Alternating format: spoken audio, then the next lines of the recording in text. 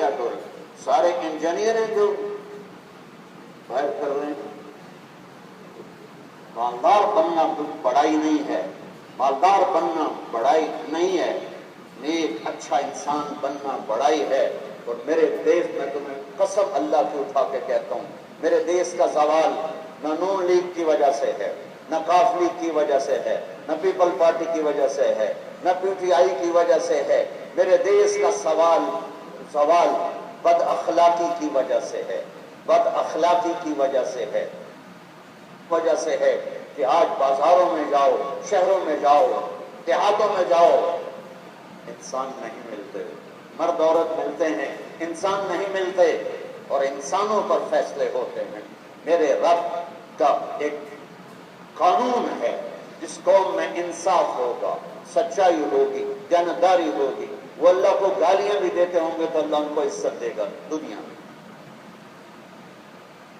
جس قوم میں سچائی ہوگی، دیانتداری ہوگی اور عدل ہوگا، اس قوم کو اللہ اونچا کرے گا، چاہے مسلمان ہیں اور چاہے کافر ہیں. جس قوم میں ظلم ہوگا، جھوٹ ہوگا، دھوکہ ہوگا، اس قوم کو اللہ ذلیل کرے گا، چاہے مسلمان. ایٹمی طاقت ہے، عزت کہاں گئی؟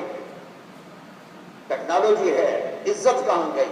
اخلاق بگڑ گئے، جھوٹ پھیل گیا، ماں باپ کی نافرمانی، وہ محمدی نظر آئے. سیکھنا پڑے گا. اللہ کا قانون ہے کہ سچائی کے ساتھ عزت ملتی ہے، دیانتداری کے ساتھ عزت ملتی ہے، انصاف کے ساتھ عزت ملتی ہے. جس دیش کا وکیل بے گناہ کو 302 میں پھانسی پہ چڑھوا دے، اور جس دیش کا جج پیسے لے کر بے سزا دے دے، اور جس دیش کا مدعی جان بوجھ کے بے گناہ کی ایف آئی آر میں نام دے کر اسے میں جیلوں میں جاتا ہوں، کتنے بے گناہ پھانسی چڑھے. جس نے ایف آئی آر کٹوائی وہ پکڑا گیا، جس وکیل نے وکالت کی برباد ہو گیا، جس جج نے پیسے لے کے فیصلہ دیا برباد ہو گیا. میرے دیش میں تو انصاف پہ بک جاتا ہے، تو میں سیاستدانوں کو کیا رہوں؟ میرے دیش کا ڈاکٹر نہیں ہے، تاجر ہے. وہ مریض کو دیکھ کے ایز اے گاہک آ گیا، کسٹمر آ گیا. ڈاکٹر ختم ہو گئے. جب میرے والدین مجھے ڈاکٹر بنانا چاہتے تھے 60s میں، تو ڈاکٹر کا ایک امیج تھا اس سے بھی بلند کہ وہ مسیحا ہوتا تھا. لالچ یہ نہیں کہ ان میں وہ کمائی نہیں کرتے تھے، فیس نہیں لیتے تھے. ارے وہ وحشی نہیں تھے، وہ جانور نہیں تھے، انسان تھے. آج سفید کو پتا ہے. پوچھنے والے نے کہا یا رسول اللہ کوئی نشانی؟ بیٹیاں سن لیں غور سے، بیٹے بھی. یا رسول اللہ کوئی نشانی؟ تو میرے نبی نے کہا تلی دل اما تو رب. بہت سی ماؤں کا دل دکھے گا. میرے نبی نے کہا جب بیٹیاں بھی ماؤں کو ذلیل کریں گی تو کیا مطلب؟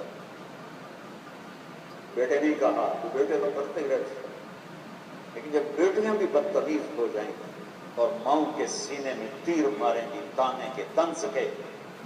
میرے رب کہتے ہیں جب دنیا سے اسلام مٹ جائے گا اور قیامت آئے گی، اور جب سب زنا شراب پھیل جائے گا قیامت آئے گی. میں یا رسول اللہ کروڑوں درود و سلام آپ پر. آپ کہہ رہے ہیں ہماری مائیں بھی بیٹھی نظر آ رہی ہیں. جب بچیاں ماؤں کو ذلیل کریں گی تو کیا مت آ جائے گی. جب بد اخلاقی آئے گی تو کیا مت آئے گی. جب بد اخلاقی آئے گی تو بگاڑ آئے گی. ریڑھی والا جو گندے سے پیش رہا، وہ سمجھتا ہے میں صرف اپنے پیسے بنا رہا ہوں. ارے پورے ملک کو آگ لگے. آپ صرف سیاستدانوں کے پیچھے پڑے ہوئے ہیں. ارے میرے بھائیو، میں ایک دفعہ صبح نماز کے بعد واک کے لیے نکلا، واپس آ رہا تھا، مجھے ایک بڑے میاں نظر آئے ریڑھی پر کھڑے ہوئے، سفید داڑھی سفید پگڑی. ریڑھی والے عام طور پہ ایسے نہیں ہوتے ہیں، تو میرے دور سے وہ نظروں میں جچ گئے. جب میں ان کے قریب سے گزرا تو میں نے ان کو یوں دیکھا، ویسے بھی مجھے اچھے لگ رہے تھے، سفید لمبی داڑھی سفید پگڑی. تو میں نے دیکھا وہ یوں کھڑے تھے ایسے، یہاں ایک ہاتھ رکھا ہوا تھا اور ایک ہاتھ انہوں نے وہ پیٹی پہ رکھا تھا ایسے، اور روئے جا ایسے آنسو گر رہے تھے جیسے برسات کی برکھا ہوتی ہے ایسے. میں ذرا پریشان ہو گیا، یہ بابا جی سفید نورانی کیوں رو رہے؟ میں کھڑا ہو گیا، میں نے کہا بابا جی خیریت ہے، آپ کیوں رو رہے؟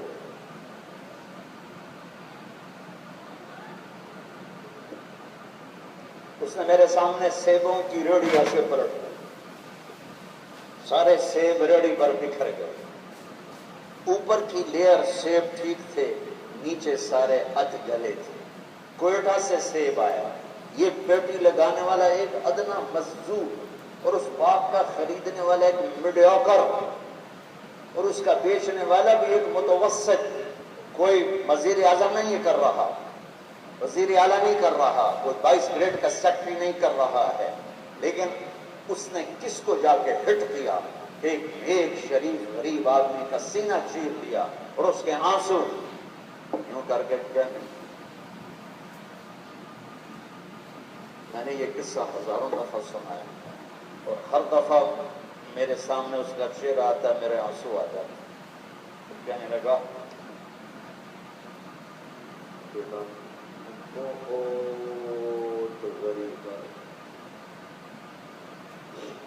اس کی بہت نے ایسے مجھے چیر دیا، بیٹا بہت غریب ہے، میں ایک پیٹی سے لگا وہ اثر تک بچ جاتا، شام کو میں تازہ آٹا لے کر اپنے بچوں کے لیے جاتا۔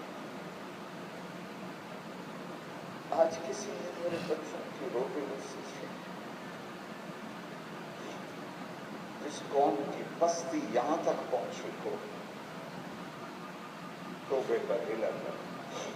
میری تو مسجد ہے، سب ایک جیسے نہیں ہوتے، کوئی برا مسجد، پانچوں انگلیاں برابر ہیں، بڑے اعلیٰ وکیل بیٹھے ہیں، بڑے اعلیٰ جج بیٹھے ہیں، بڑے اعلیٰ ڈاکٹر بیٹھے ہیں، بڑے اعلیٰ علماء بیٹھے ہیں،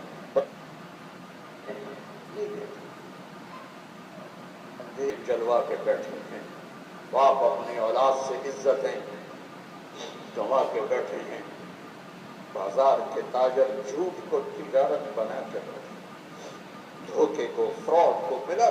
جو سارے پاکستان کی سڑکیں کس نے برباد کی؟ انجینئروں نے برباد کی، چند ٹکوں پہ ہزاروں لاکھوں انسانوں کی موت کے ذمہ دار بن گئے۔ یہ کیسے اللہ کو منہ دکھائیں؟ کس طرح قبر میں جائیں گے؟ ان کا ضمیر انہیں سونے نہیں دیتا۔ حلال کا کھانے والا بھوکا بھی سوئے تو نیند آتی ہے، اور حرام کا کھانے والا گولیاں نہ کھائے تو سو نہیں سکتا ہے۔ تم میری اولاد بیٹھے ہو، میں جذباتی ہو گیا ہوں۔ جو دکھ ہے کہ میرے دین کا ممبر دین نہیں پیش بہت کم۔